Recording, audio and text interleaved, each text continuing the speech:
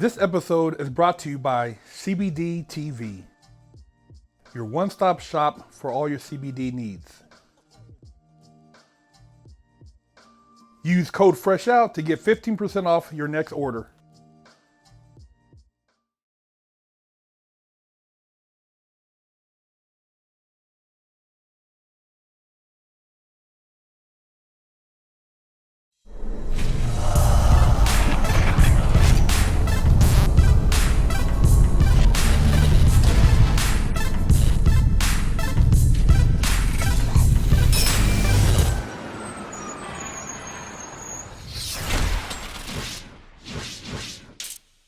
What's up, everybody? Big Hurt, getting down fresh out. You tuned in to another interview. Make sure you hit that sub button, support. Also represent our Patreon. You know, we're doing big things with the Fresh Out University we're trying to put together. And we got a special guest. This gentleman, I actually bumped into him at a car show. You know, I'm a car fanatic. Happened to be in Monterey, and he had been watching our show, and we exchanged numbers, and we finally got the opportunity a year later to get the interview cracking. So I'm here with OG Silverback representing, and man, this dude done took his life and took it in a whole nother direction. So tell the people a little bit about where you're from, your background, so they can get a feeling, you know, of who you are. Yeah, sure, Big Herc. I'm OG Silverback. Originally, I'm from Puerto Rico. Came to the United States to have a better life, you know. Moved back east, back east, New York City, Philadelphia, Detroit, you know what I mean? And then one time I was watching TV, and I saw these girls on the beach, and this was in the wintertime, Big Herc, and they was playing volleyball. And I said to my dad, "Is that true, Dad?" He said, "It never rains in California, it never snows." So I said, when I grow up, I'm moving to California, right? So playing football in high school, broke my leg, didn't get my scholarships. And my dad was like, "You should join the military." So I joined the military, came out to California, you know what I mean? And I've been out here ever since, man. So it's pretty nice. You know, where in Cali were you at when you moved out here? I first moved to San Francisco, right? Okay. And I was like, why is it so cold up here? Because when I was watching California on TV, it was nice and hot, right? Playing volleyball, but San Francisco, you know how it is. It's all foggy. They're like, "Oh, you got to go to LA." Yeah. So I started driving down to LA, got to see this scene down here. Really liked it, but it just never kind of worked out for me to move down here just because of work situations. Okay. Yeah. So what was the incident or situation which kind of got you into the hustle, which led to you doing time? So it's a really interesting story, Big Herc. So what happened was I was in the military here at Fort Ord. Okay. You know, playing Army and stuff, gun-ho and all that. And then it was time to go to Kuwait. So, and I'm just being honest, man, the military has a ritual. Now they have a policy of no drug tolerance. But back then, you'd be getting amped up, you know, and no offense to anybody, we were like, we're going to get amped up to kill some turban heads, right? I don't believe that now, but I'm just saying. So we drinking and smoking and everything, and then one of my platoon guys go, let's hit some crack, because that shit will amp you up, right? And I was like, nah, man, crack's bad for you, you know, because I heard about dudes hitting crack and dying. Well, they weren't fit soldiers like us, so we went out and got some crack in Seaside. And Herc, I didn't know I had addictive personality. I hit the crack, beat me up, and then I never came back down, man. Oh, shit. Never came back down, so I stayed up for a whole week just smoking crack, and we ran out of crack. We went back to Seaside to get some more crack, and back then I had hair, but I had like a military haircut. Yeah. And back then, the guys from Seaside thought that military guys were like chumps or busters or whatever. But I tell everybody like this, you know, you got people in the military from Chicago, LA, Detroit. You got some hard dudes in the military. So we went down there to buy some crack. Dude tried to rob us, and we shot the dude, right? Took the crack. Oh, shit. Coming back on base, there was a curfew because we getting ready to go to combat, right? MPs are like, "What you doing out this late?" Soldiers, "Oh, you know, whatever. Pull this over, man." And they found that we had crack in the car. Oh, man. Yeah. So military police found the crack? Yeah, found the crack. But so what happened, Big Herc, is they go, you know what, now the military has a policy, you know, we're against drugs now because they're trying to clean up the image. And so they gave us a dishonorable discharge, kicked us out of the Army. So it's just 4 of us on crack addiction out in Seaside, man. Oh, shit. So my life just kind of changed from, you know, just being a straight up square military type dude, you know, believing in this country and the policies going to war, to just being a straight crackhead. Damn. And for those who don't know, Seaside is no joke. I mean, people think about the Bay, but Seaside got some riders out there. I know some cats from Seaside, some crit dudes, and they about their business. So yeah, Seaside is it's a serious place. So definitely. So what happened out there? I mean, you were on a roll as far as with the drugs and stuff, or? Well, no, what happened, Big Herc, there's a big misconception, and maybe on my part, but I believe that people think that when you're on drugs, you can't be a successful drug dealer. That's not true. So what I did was, before I got kicked out of the military, I was also selling real estate. Because I used to be a bouncer. I got tired of doing that. My homie goes, hey, let's start selling real estate. So we went to school, got my real estate license before I got into crack. Oh, wow. And so when they kicked me out of the military, I had enough common sense to be like, well, I still have a skill. I was selling real estate during the day, and I would smoke crack at night. Like, I learned to control my habit. I was like, okay, because when I'm on crack, Big Herc, like, I'm not thinking straight. I'm just, like, amped up. Where's the females? Where's the crack? So I was like, nah, man. I'm going to sell real estate during the day, and at night, I'm going to sell crack. So you're like two different people? Yeah. I had duplicitous behavior. Oh, shit. And that was the problem, because during the day, you might see me, I got a suit on, a tie on. Yes, let me show you this home. This is Spanish adobe style. How you like the layout? This is fascinating. You got a pool. And then at night, I got my jacket on with my hoodie, selling crack, right? Oh, shit. So what happened was just, at nighttime selling crack. And what I would do, Big Herc, I would sell until I got a specific amount of money I had in my mind. And then I would just get some females and we just smoke the rest of the day. Then I go to work the next day and sell real estate. Damn. Yeah, like that. So how long did that cycle last? Well, to be honest with you, it lasted for a year because you can't have that type of burning the candles at both ends and the duplicitous behavior, going to business meetings, and then what'll happen is you'll see like a crack addict and they'll see you in the suit and they'll be like, is that OG Silverback? And you'll be like, no, man, I'm selling the house. So just the two didn't work, you know what I mean? It started crossing worlds. It started crossing over. And then also, I'll be honest with you, I using my real estate license, I would purchase some homes and I would set them up as like crack houses. Oh, shit. No, I would get some like single mothers that had kids or whatever, they needed the help. So, back then I wasn't a good person, so I put them up under the premise of, hey, I'm going to help you and your kid out. I'm going to get this house under your name. Don't tell nobody I did it because it's illegal for me to buy a house like that. But I'm going to get the house under your name. I'll give you the money to do the financing. And you just sit here. Only thing, when my homies come, you let them, cut up the crack, weigh it, and distribute it. Wow. So you had trap houses before people were trapping like that. You had a whole nother level of trap house.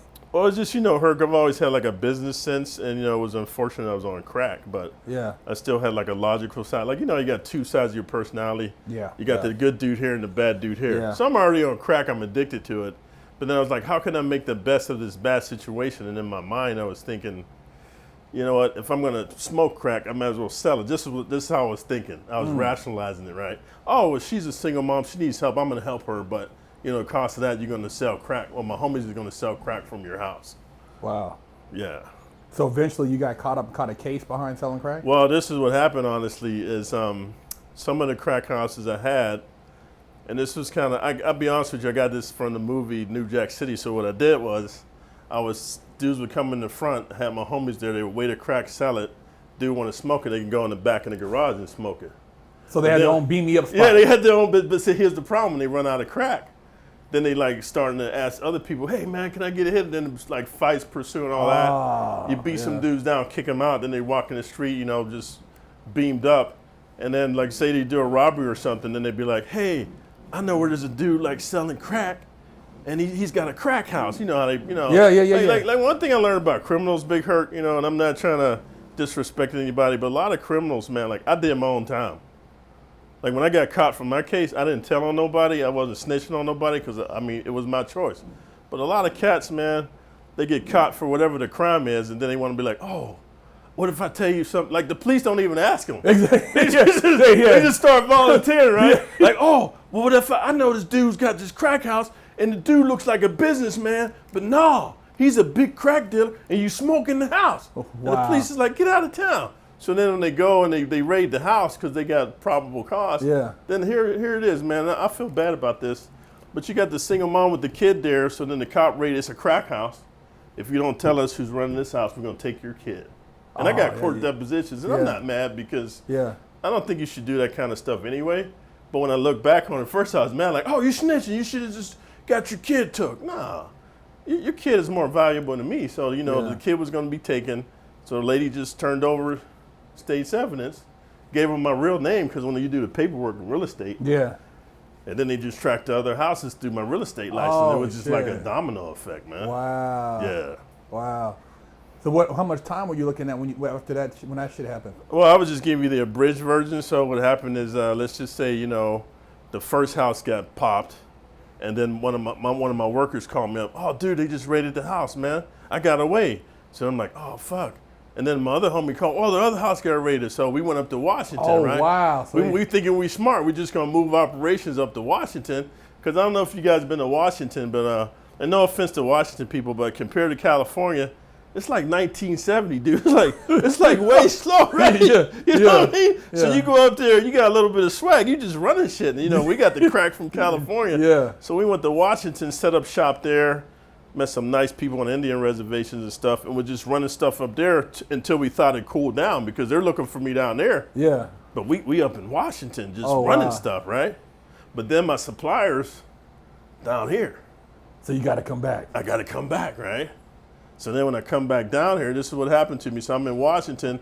There's another dude.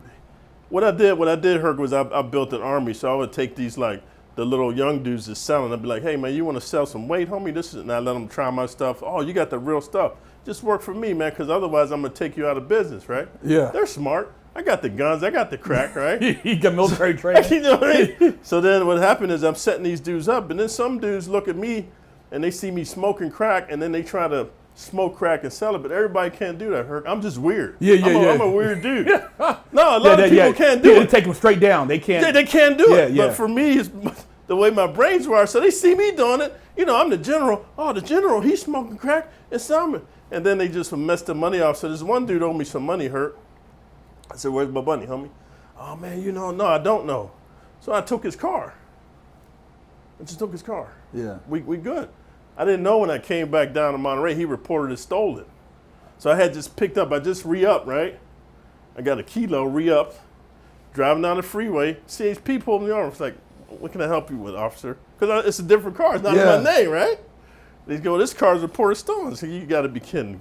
Driver's license registration. When I opened up the glove compartment, Big Herc had a 9mm. No, I forgot about it, because I'll be driving around like that. And then the CHP, don't move. Reported the car stolen, got the drugs, now I'm in the county jail, man. So then they just start. So that case, along with the house cases, I bailed out. Then I was like going to New York, you know what I'm saying? I'm not gonna say who I was dealing with, but I was going to New York, because back then, guys, you could take a really attractive young lady, this is before people start getting popped, and you could strap cocaine on her and just send her through. This was before that. This was before 9/11, all that shit. dude. It was so easy, right? Yeah. And so then what happened coming back from New York, man, it was just like making this money. So now I got the money, I got to turn it into some more cocaine money. So I go ahead and I re-up. And, you know, I'm out on bail. I got stuff going on, people looking for me, you know. And I'm driving down, I'm here in Salinas, I re-up, man. Got a half a key. I'm going down to Monterey to make a drop, because I'm just going to wholesale it. I'm not trying to. Yeah. And then the cops, man, I think they recognized me, pulled me over. Oh, you know, you failed to put your left turn signal on. And I'm just going to be honest with you, Big Herc. I used to be strapped up, man, just strapped up, because this ain't no movie, man. Like, you know, when it's time to get out. So can you step out of the vehicle? I'm not thinking, you know, step out. I got a 9mm in my pocket. You know how it makes your it makes your jacket sag down. Oh, he's got a gun, and they find the cocaine in the guns. That was a wrap, man. Damn, so you had 2 Gumbies. Yeah. Well, I got a shooting too. Remember the guy we went to buy the drugs and I shot him? Shit. But what happened was, like, nobody knew my name or nothing like that. And it wasn't until later on they find his body with the ballistics, because when you shoot a bullet from your gun, there's a ballistics. Yeah, and they got this unsolved murder. So then I'm already in court for this other stuff. Oh, well, guess what? You got a 187. And I was like, nah, that was a drug deal that went bad. Like, dude was trying to rob me. And he's dead. Nobody's there. You know what I mean? So they're like, well, we got enough time on this other one, so I got an involuntary manslaughter. You know what I mean? Damn. Yeah, so they're just all that snowball. They end up getting 26 years. Oh, shit. In the state. Yeah. when I was locked up, the feds used to be coming in and be like, oh, yeah, we know you had houses in Washington. And then, one of the ladies, just a lot of pressure with like, you turn out like, for example, if you're a real estate agent, you got other agents and they see you making money. Nice little, nice looking young females. They want to see how you making money. So you have these little parties, you smoking weed, and I'm not proud of this, right? You just partying with them, and so you sprinkle some cocaine in there, right? Yeah, they call them, we used to call them Grimmies. I don't know what they call them, but then yeah. the girls is all like, oh, we like your stuff. So then you up it, Big Hurt, you crush up some crack, you put it in there, right? Oh, you got the best weed. And so then you say, hey, let's cut to the quick. You cut it open.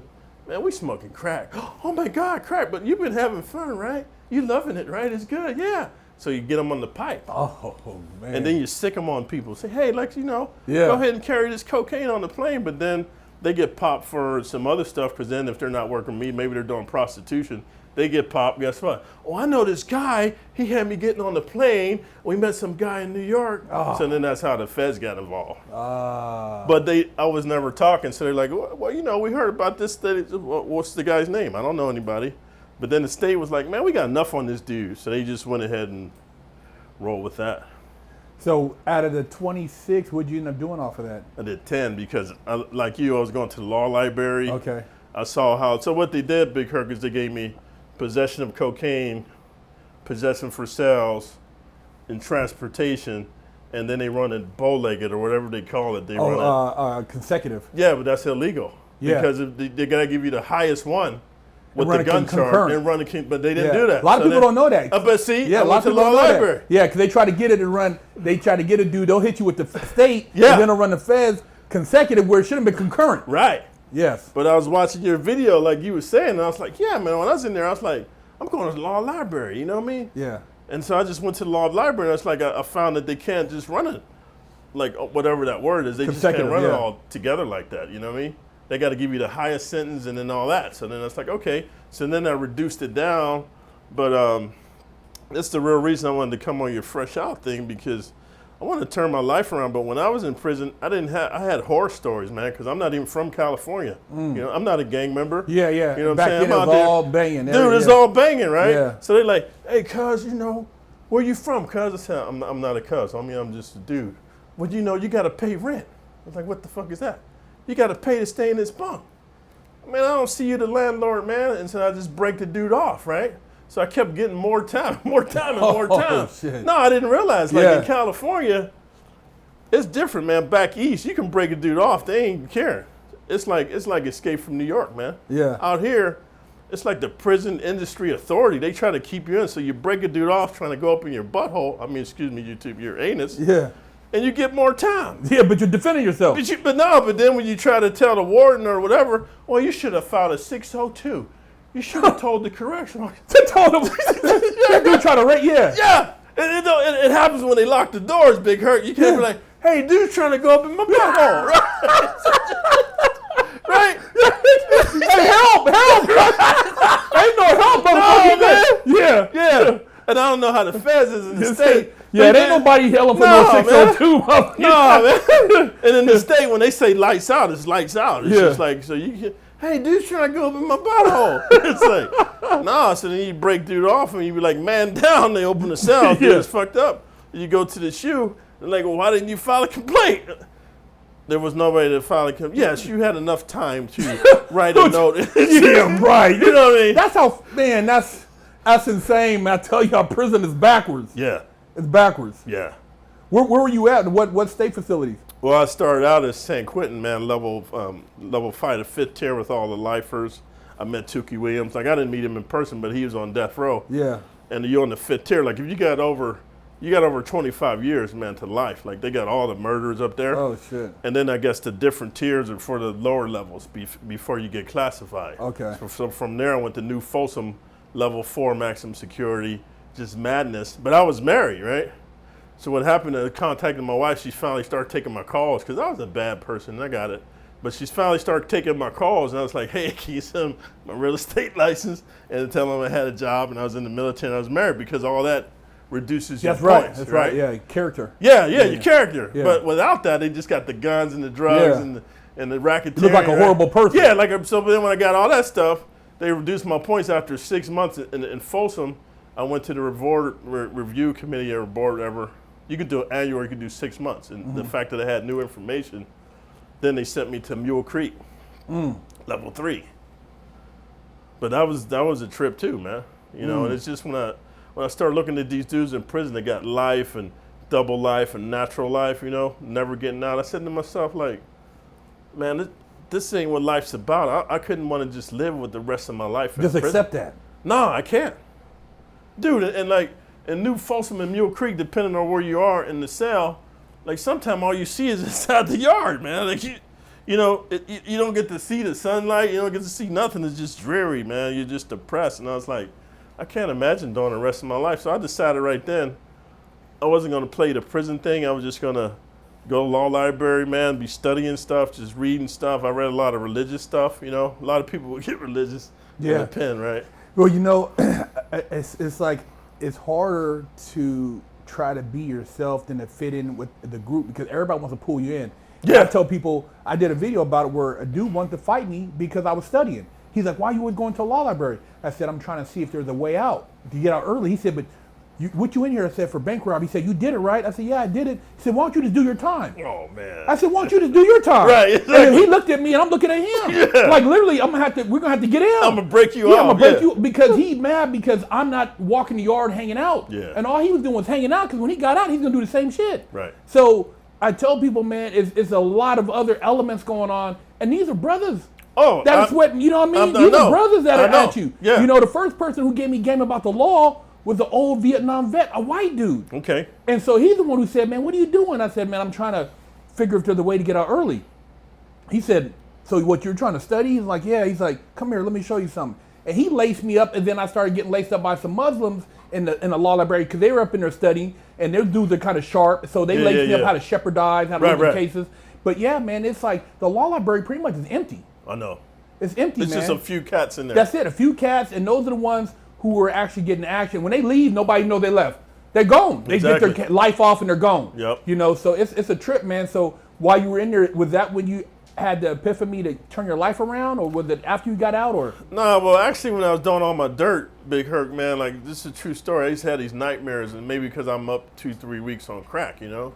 But I saw this like Dracula's castle with a big cloud and bats and lightning and shit. I was like, what the fuck is this?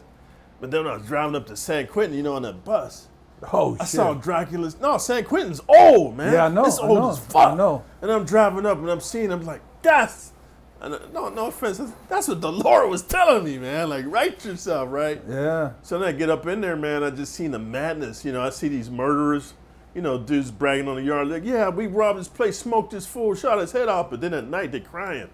No, you hear them crying. Yeah. When it's lights out. And I tell was just people, like, man. I was just like, nah, man, I ain't trying to act like I'm hard. I just want to be a good dude with a good life, because crime don't pay.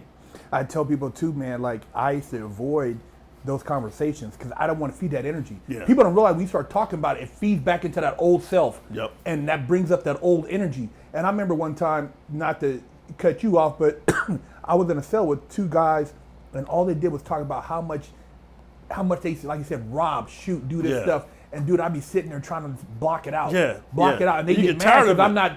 I'm not participating. Yeah. You know, but I don't want to hear that. I don't Right. want to talk about that Nope, stuff. nope. And like you said, you got to really fight hard to not let that take you over. Right. You know, and so like I can feel you, man. I mean, I'm totally with you with all that, man. And I'm glad you brought up what you said, because, man, and I hate to say this, but I'm sure you can relate to me, man. But the only problems I had in prison was with brothers, man. Man, white dudes let you do your program, man. Yeah. In California, it's segregated, like, Yeah. you know, like you said, West Washington said. So the whites stay to themselves, Mexicans stay to themselves, but then the brothers was like the BGF approached me, the Black Gorilla family. Hey, man, we see you do that Fing Fong stuff on that dude. That was pretty tight. You got to click up with us. And I was like, no, I ain't. Man, my brother, you can't ride in here by yourself. Oh, yeah, I can.